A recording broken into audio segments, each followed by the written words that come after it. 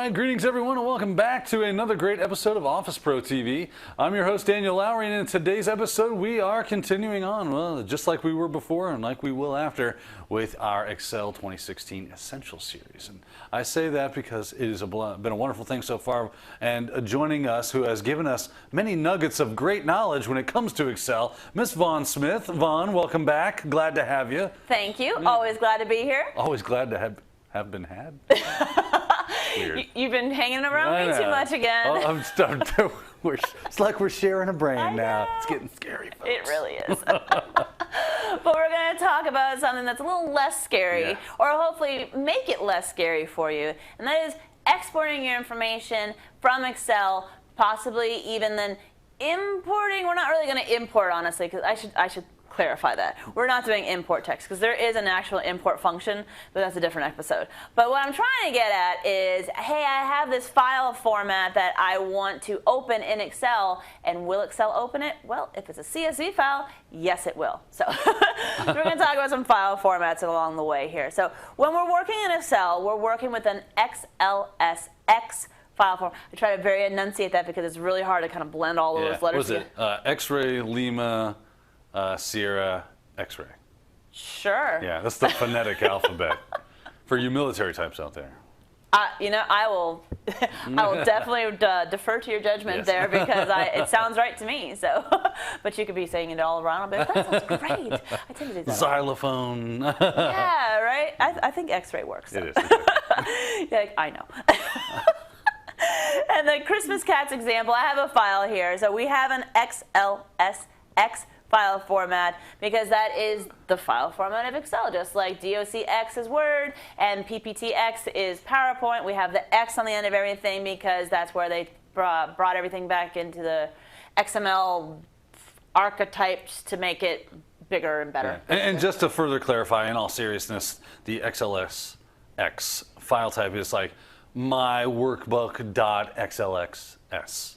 Yes. Right. Yes. XLS. That's hard to say, ladies and gents. Really difficult. They should have gone with something else. Right. It was easy when it was just XLS. Right? Yeah, XLS. X. I know, yeah. They have to, you know, they just keep expanding. Yeah, what's it going to be next? Yeah, right. Which is a good thing for us because it is expanded the capabilities of these programs like exponentially to where they were before. So it's a good thing to add that extra letter on. Hard to say, but where it's good for the all of us. Yeah. But when we have this, okay, Excel opens this and that's fine, but what if I need to bring this or send this out to somebody? You know, I'm actually going to go over here to our addresses instead of our weekly sales just for fun. So so I'm using Excel, but maybe I'm having somebody work in a proprietary software that is in some weird file format, but it all works with like the same type of data. What I'm trying to get into is, how am I going to transfer this over to somebody? How do I export this out for other people to be able to use in whatever form or format? Okay, CSV. CSV, do you know what that stands for there, Daniel? Comma separated value. Correct, yes. It is a comma delimited file. A delimiter is just a fancy word for separator. So we're saying that we would like to take this information and put it into a more generic file format of that CSV, that comma separated value. And this is something you'll see, it's very universal. Okay, a lot of your programs, maybe you have some type of CRM or customer relations management type software. Maybe you're using like a mailing program, like either like MailChimp or Salesforce. You know, there's a whole bunch of different flavors out there that do all of these different things. Well, it's storing the information, but I need to be able to bring this down into Excel and do some funky stuff with it, or take my Excel information and put it on up into their program.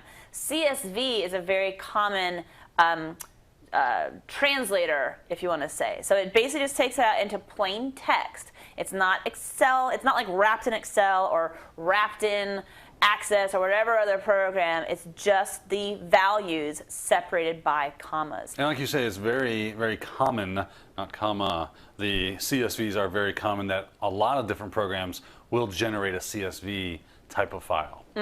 Well, even in Outlook, Yep. okay, like I actually have one here. Let me back up here. So I have this, and notice, look at the icon on this. It's green and it's got an X on it, but it has an A there because that CSV file format is recognized by Excel as, oh, hey, I can read that. I can understand that. Right. And it's any Microsoft, obviously you're running Windows, you might be running Windows, most people are. It's going to say that's the program I want to associate with CSV type files because it does such a good job of it. And isn't it called a MIME type, like an MIME?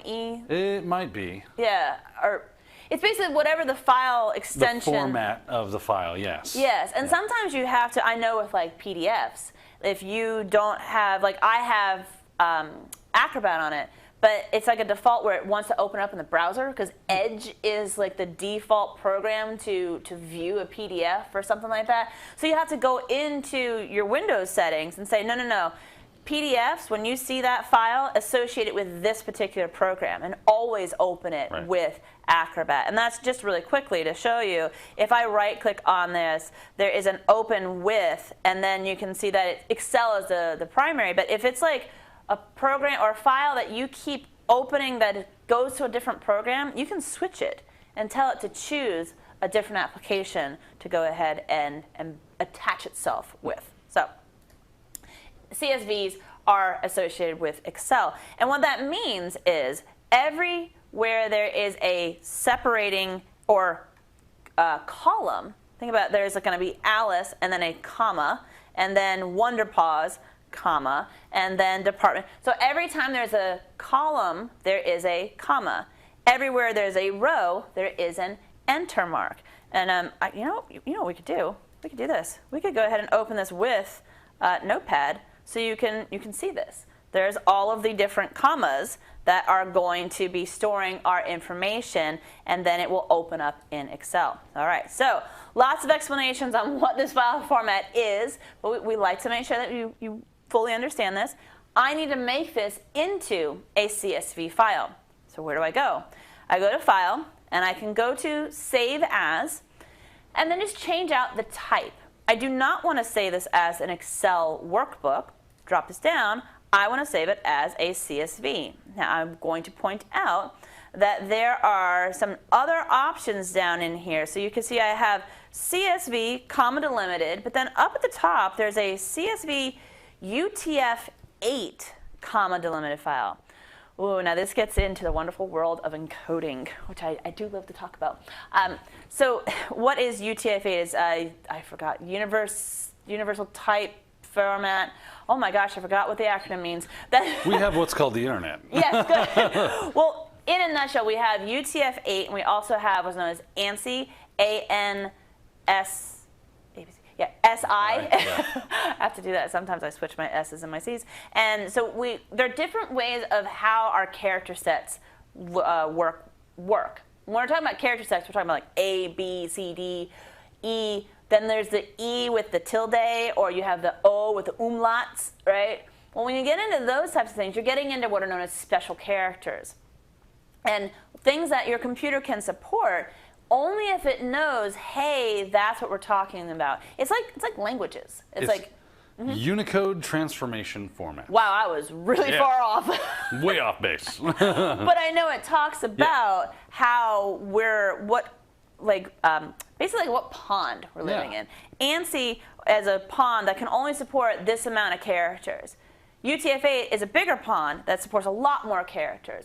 So if you have information that has names with tildes or names with umlauts or any type of like different language besides just our regular English, that could be a big difference or a big problem for you. If you just sent it as an CSV, it's going to remove all that because CSV by default is encoded in that ANSI character set and not in the UTF-8. It's funny, like if you start like searching for this on the Oracle of the internet, there's all sorts of stuff that I'm having all these problems because I can't do that translation between Excel to wherever I'm going or vice versa because it doesn't support that or I can't get it to do that. So that's why in this version, and it might have been in 2013, honestly, I don't really remember. Yeah. But because I didn't have to think about this, but with CSV UTF-8, it's going to automatically give you that bigger character set to support the special characters. And you can see the dates on those forum boards where it's like back in 2007 or 3, like this is a huge problem. Why can't you do this Excel? Well, now it does. So pretty good stuff.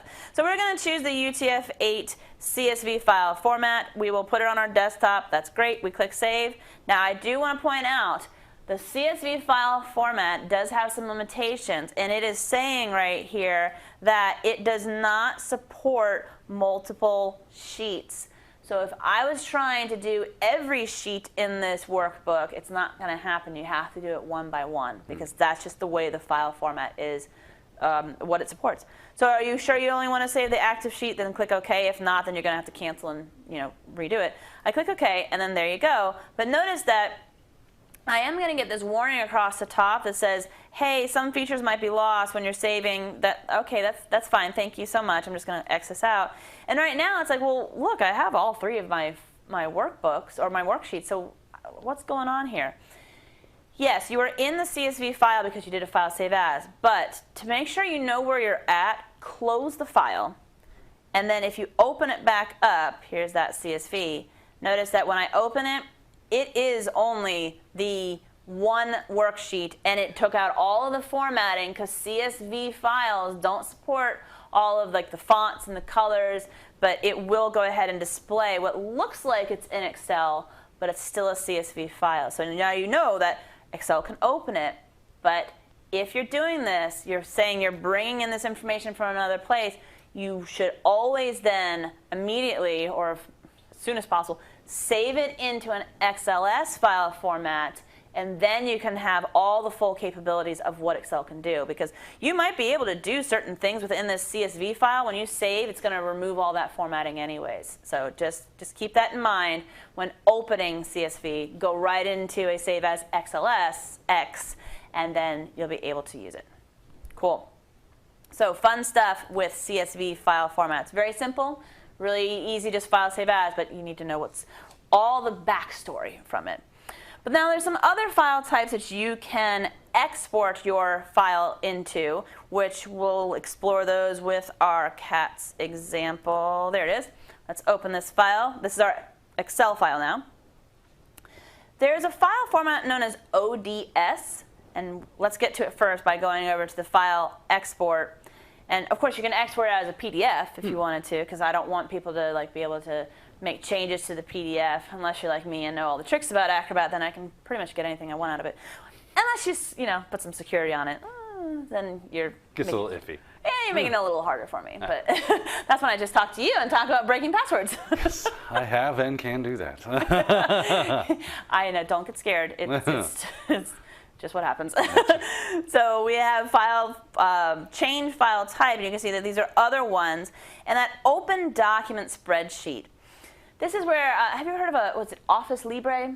Yes, yes, I've used it actually. You do? Yes. Okay. That is if you're like, I don't know what that is, it is an open source program, basically, that open source as opposed to a proprietary like Microsoft Excel. You have to purchase this product.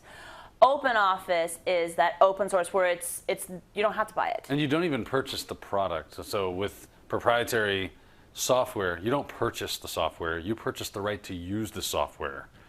They still don't give you what makes the software, and you get to see the secrets behind the scenes. Where in open source software, they actually do that. They say, here is the underlying code that developed this product. And hey, maybe if you're a developer, you can find some problems with it and fix them. Or you thought of a really cool add-on that could go into it, add it in there, and then we'll repackage it and resend it out. So it's just two different types of philosophies when it comes to software development. And I tend to like open source. The pay-for models, the proprietary models, tend to be very much more featureful and have a lot more power usually. Not always, but usually. Yeah, I actually forgot about that whole aspect of open source. It's almost like crowdsourcing, if anybody's familiar with that. It's not one proprietary people or community. Yes, the community, and we all work together for that common purpose, and so everything is completely transparent. Yes. Yes. Very good point. So if you were moving over into Office Libre, or I believe some version of Google Docs kind of works this way as well. I'm not saying that they save it into an ODS file format, but if you were going into those other ways, you might need to go ahead and export this out into this particular file format to be able to talk to the other open source programs. We have a couple other ones. We will be talking about macros in our Excel Advanced and how that works. A macro is just a recorded steps within your file that you need to make sure you save it in a file format that will allow for those macros to be run. Macros, of course, takes it at a different level because then you're starting getting into coding that could potentially be malicious, so be very careful about opening up files that have macros that you don't know who they came from. You might want to just say, no.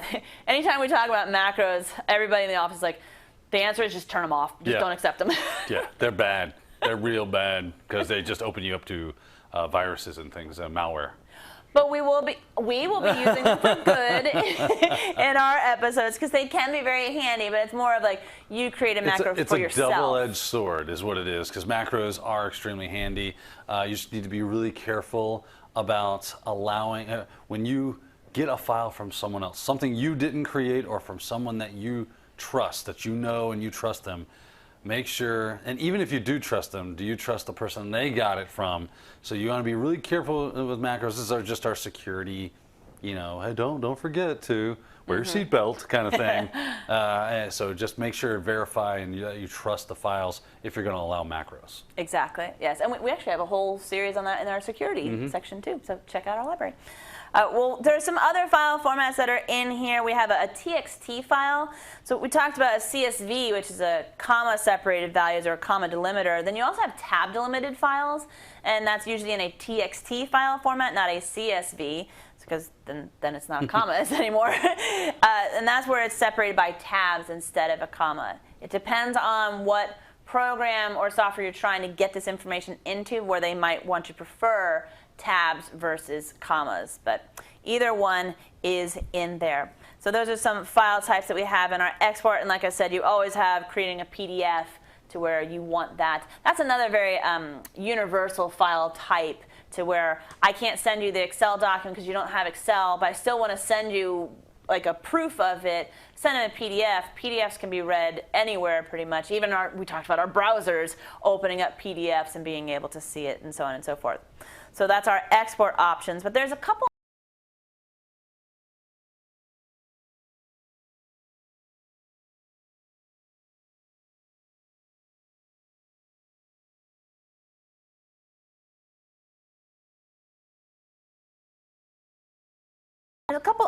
other options in here. You can save it as an HTML page, or you can also save it as what's known as a single file web page, which is an MTHL. Nowadays, with where you have your Office 365, you have your OneDrive, and where you could just share a link to your files, like having to create a standalone web page, I'm not sure if you really need it anymore. But I just wanted to at least touch on it, that you could do it. Now, what's the difference between an MHTML and an HTML file?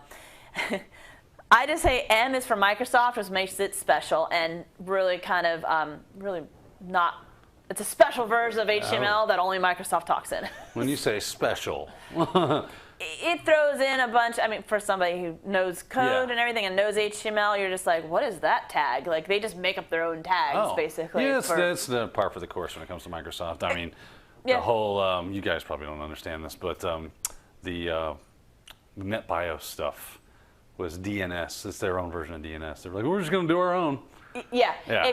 I actually kind of know what those letters mean, but it is for the whole hand wave type thing. Yeah. It's just Microsoft being Microsoft, and they're like, it's a special version of a standard that we're going to go ahead and make our own. Yeah, that's how they roll. Yeah, they do, which isn't a bad thing, because it makes it to where it all talks, to each other, and we can all be able to live in our Microsoft world. But once you're in your Microsoft world, you're in the Microsoft world.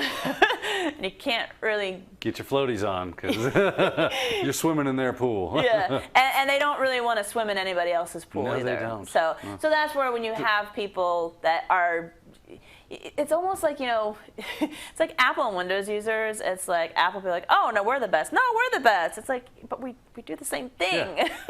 but just different. Just differently. Yeah, so it's just how it works. So we have the different options here. If you wanted to save it as a web page, you could. I would probably say save it as an HTML, but if you do want the functionality of having all that Excel-like in the browser, save it as an MHTML.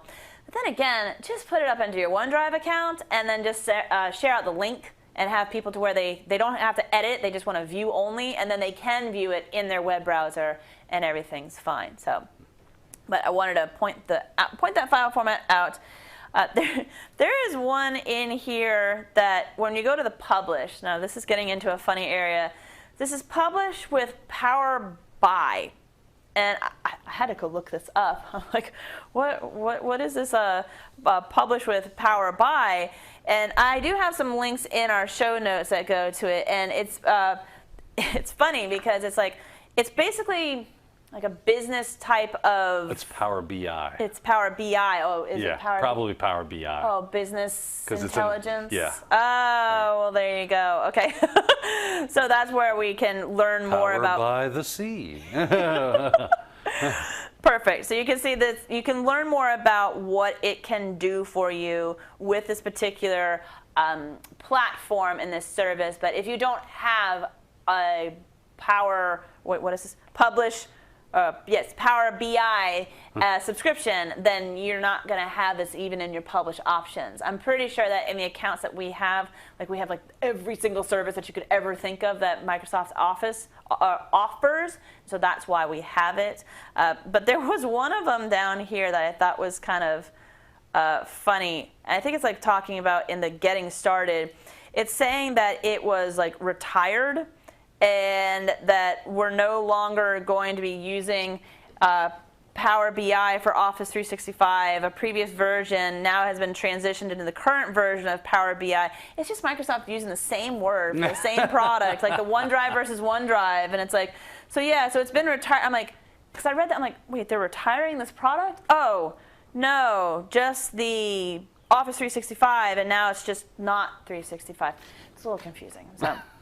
But if you do know anything about that and your company is using that particular service, it is in the publish. It's not in the save as or the export. So just wanted to throw that out there to you. The last one I would like to just touch on is the templates, because it is in there as like file save as. We do have some other places where we'll be talking about a template, but templates are pretty awesome. So let me tell you what they do. Let's say here, I am always going to be doing weekly sales for my company, all right? And every week, I open up the previous week, and then I change up the data, do a file save as, and then go ahead and name it my week. But I'm always having to cancel out information or replace it or delete it. The cool thing about a template is that you're going to be creating your own, what I call like a stamp. And you take your stamp, and you stamp it on the piece of paper, and then you fill in the parts that you want. You don't have to open up an existing file and change all the data out. And that's where I think the word and the terminology of template gets kind of misconstrued, is that people say, oh, here, let me give you a template. And they just send me a regular Excel file. I'm like, that's not a true template. A true template is an XLTX. And then it goes into, when I do a file new over here, we talked about this when we were saying, like, just our Excel basics, that I could create our loan amortization that you wrote in C that is right here. So I could go ahead and take this, but I can go into my personal and I can have my own templates that I make. It's pretty awesome. So let me demonstrate. The thing that you need to do in your first XLSX file is to delete the content out that you're always going to be changing out. So for this part, I'm going to select all these cells, go ahead and delete that. Now all those functions are connected to this data, so just know that that's what's going on here. We have other shows on this. So I'm going to clear out the parts that I want to be blank. This is, oh, maybe the notes too. Let's go ahead and delete the content out of there. I'm just hitting the delete key. So I've cleared out all the parts that I need. Now, with the spaces open, you're going to do a file, save as, and you're going to change the file type. You're going to change this to a template, which is right there. No, that's a 2003. So there it is. Okay, Excel template. Do not change the location. Keep it in that custom office templates. You click Save. You close Excel, kind of give it a nice restart. You do not open that file. You do not open the XLSX file. You start Excel up. You come into your new, you go into the personal, and it's like, here's your little stamp. You're going to stamp it down on there, and boop, I'm ready to go. I can type in my numbers, and then it's going to do everything. I do a regular file save as and save it as an Excel file, not a template, just an XLSX file, and then go ahead and change it. So it makes it a lot easier. It's your starting point, and you can customize it and make your own templates. You don't have to go with the ones that are built into Excel.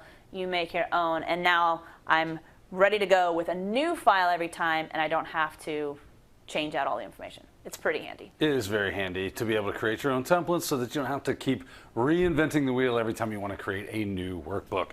Very, very nice stuff. Vaughn, you did a great job of teaching us all the different file types that we can associate with when we use Excel that we might see common to Excel. The CSV files being extremely common to see. Obviously XLSX and XLS, since they are native to Excel, and then the OD, what is it, ODF? We did ODS, and we talked about some TXT files. Yes. And the HTML files, but again, we have Office 365, which is super handy. Yeah, it's great stuff. So great stuff there. We do appreciate that, and we appreciate you guys for watching. But that looks like it wraps up this episode. We do thank you again for watching and joining us. Hopefully you guys are learning a lot from this. It's our hope and our goal of every episode we do. That being said, we're going to sign off for Office Pro TV. I've been your host, Daniel Lowry. And I'm Vaughn Smith. And we'll see you next time.